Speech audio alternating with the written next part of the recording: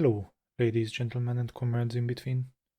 Ernesto Che Guevara needs no introduction. The medical student turned lifelong revolutionary is one of the most influential figures in Latin American socialism and especially in Cuban socialism.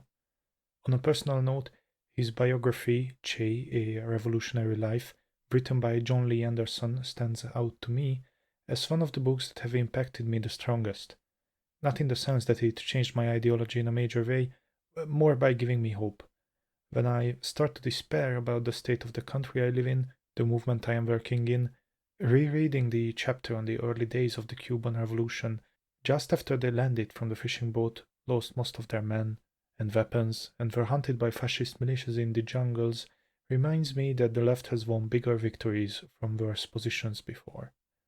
Now that the Cuban socialist experiment is crumbling, and seemingly already lost to US pressure, it feels like a good time to look back on one of the works that predicted the total non-response from the American public to their country's imperialism. It's time to learn from the most complete human being, Che Guevara, in his most famous work, The American Working Class, Friend or Foe. If you are new to my Theory Explained series, first of all, check out the first video, where we talk about On Post-Fascism by Hungarian Marxist Gáspár Miklós Tamás, and second of all, this is a series meant to provide a way to understand and engage with theory to an already leftist audience that otherwise wouldn't or couldn't seek out and take the time to fully work through and understand these texts. Think of me not as your teacher here, more like another student in a study group who tries to put the theory into simpler terms so we can both learn from it better. Chapter 1: Countries in Different Stages of Capitalist Development. The work was written in April of 1954, before Che joined the Cuban Revolution on the Granma boat in 56, and just a couple months before Jacobo Arbenz was toppled by a US-backed coup in Guatemala. This is important historical context if for no other reason than to understand the world Che was analyzing in the American working class. Che divides the capitalist nations of the world into multiple categories, largely by the stage of capitalist development they have reached. The first category is what we'd largely call the Third World, or the neo-colonies.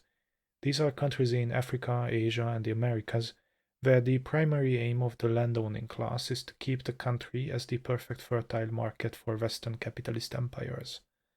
So, countries with lots of natural resources that are not held in state ownership but privatized and sold to international corporations that have low labor costs and low to no labor protection laws. The wretched of the earth. In Europe, Che identifies, quote, one or two countries where capitalism has not transcended its own borders, that are also not penetrated by the imperialist powers, at least not to a significant level. He doesn't specify, but I suspect he means capitalist non-aligned countries, for example Austria, that are still in the stage of capitalism at this time, where their local bourgeois are consolidating their capital. The next category is what Che calls pre-imperialist, that is to say, countries that are already industrialized and will, in his estimation, soon become imperialist and export their capital. These countries are those that were previously the victims of colonialism, but are now free of that burden and are solidifying their power over their own regions, like Argentina, Brazil, India, or Egypt, to use his examples. The next category is quite interesting, as it is countries that were imperialist powers, but their expansion was curbed by the Second World War, so countries like Italy, France, England, or the Netherlands. In Che's analysis, these countries' empires are not only collapsing due to their victims rising up, but also due to pressure from the new emerging world superpower, the USA. The last group has a single member, the only country in full pursuit of its imperialist interests, the United States. Chapter 2: Contradictions in the United States. It is common Marxist thought that capitalism breeds class conflict through its inherent contradictions. On a cursory reading, this would mean that the 1950s US, a country that is fully industrialized on the highest stage of capitalist development, with an entire state apparatus serving the only goal of furthering the interest of its oligarchs, no matter how much blood it has to spill, would be where the contradictions are the sharpest. However, this is not the case, even as contradictions sharpen.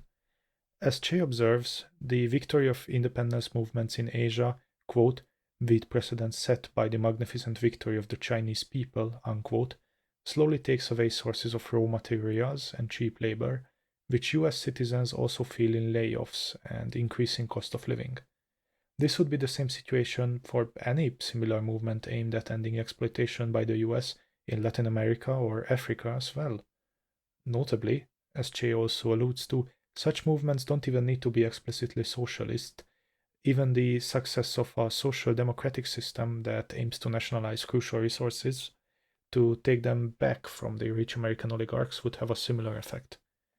Che doesn't talk about it, but later thinkers, notably Parenti, also mention another way in which American imperialism hurts the American people. As Parenti observes, imperialism often seems, on the face of it, irrational. Often, the cost paid is nowhere near whatever profits are extracted from the victim country, so even ignoring the morality of invading another country, there seems to be no reason to engage in these acts. However, this is not the full picture. Look at the Guatemalan coup. That would happen only months after Che wrote The American Working Class. Whatever the cost, whether in millions of dollars to the CIA or in human life, were paid by taxes of the American workers and the lives of Guatemalans. The profits, however, were largely just reaped by the, United Fruit Company and whoever else they paid off. So it is clear that the American empire has a significant cost to the Americans, and this would only increase in the decades after Che wrote The American Working Class, for example with the Vietnam War or Korean War, or countless others, where Americans would even die in large numbers. So given all of this, Chapter 3, why don't the Americans rise up? Well, the American elite came up with an excellent weapon, the propaganda of international communism, the Red Scare. To quote Che, quote, this hackneyed trope serves, for the moment, to excuse the modern propaganda operating at maximum effectiveness in the organized spread of falsehood. Later, perhaps, it will justify economic intervention, and then, why not, armed intervention. That he predicted not only the escalation of American anti-communism into economic and then armed intervention seems eerie, but it is the straightforward conclusion from the basic leftist understanding of capitalism. The loss of markets in the Third World, be it via countries becoming socialist and joining the USSR's sphere of influence, or just further successes of decolonial movements, will directly hurt the living standards of the American worker, sharpen the contradiction between their lot in life and their ruling class, the richest people on earth, and lead to revolutionary sentiment. This is why there were such concessions to the working class of the US in this period. Why, in the years after Che wrote this, when the USSR was at its strongest, China was rising, and Cuba has shown the world how a backwards, repressed, poor nation can rise from the ashes if they can just cast off the enormous weight of supporting the lifestyles of the American elite, the US worker lived the best they ever did. This is the period where the share of us by the top 1% was the lowest in the US, and that trend of increasing social programs, increasing real wages, increasing standard of living stopped as soon as the US becomes the sole hegemon of the world. Che argues that this is why the American working class will never, as a class, be an ally to the international working class. They are effectively in the position of global labor aristocracy. Their standard of living is leagues above most working people in the world, but their capitalist elites will forever keep demanding more and more for themselves. There are only two ways that standard of living gets maintained, increased, or its decline slowed even. Either by the American working class taking power and redistributing wealth away from its own oligarchs, so socialism, or through the continued expansion of the US into other countries, where more and more poor people can be exploited further and further, so that as the American elite feast on the corpses of the wretched of the earth, enough crumbs fall down that the American worker can also eat their meager fill. Quote, in the final analysis, the economic development of the United States and the need of its workers to maintain their standard of living means that our, Latin America's, struggle for national liberation is not waged against a given social regime, but rather against the whole nation, bound as a bloc by the ironclad supreme law of common interest over the domination of the economic life of Latin America. Unquote. Conclusions. Che's argument has been proven true, in ways he probably would have wished it never did. The Cuban socialist experiment has almost certainly died in 2026, with the devastating US embargo leading to a total collapse of the economy and eventually the President Miguel Diaz-Canel accepting American demands about the liberalization of the economy. Yet, there was basically no pressure from the American public on this issue. Some segments of the American left have shown some solidarity via flotillas, but despite the news of Cuban children dying, as the US blockaded international aid that would have helped the crisis that they themselves caused, any real resistance to the Cuban embargo, especially in the years the US was led by a Democrat, was basically non-existent. It is not my place to tell American leftists what to do. I doubt any would listen to me if I did. But I will anyway, because it's not like you can stop me. You need to make a party, a real party, that does not just work to further the interests of the Democrats, who are just as complicit in your empire's crimes as the Republicans. And you need to take internationalist values seriously.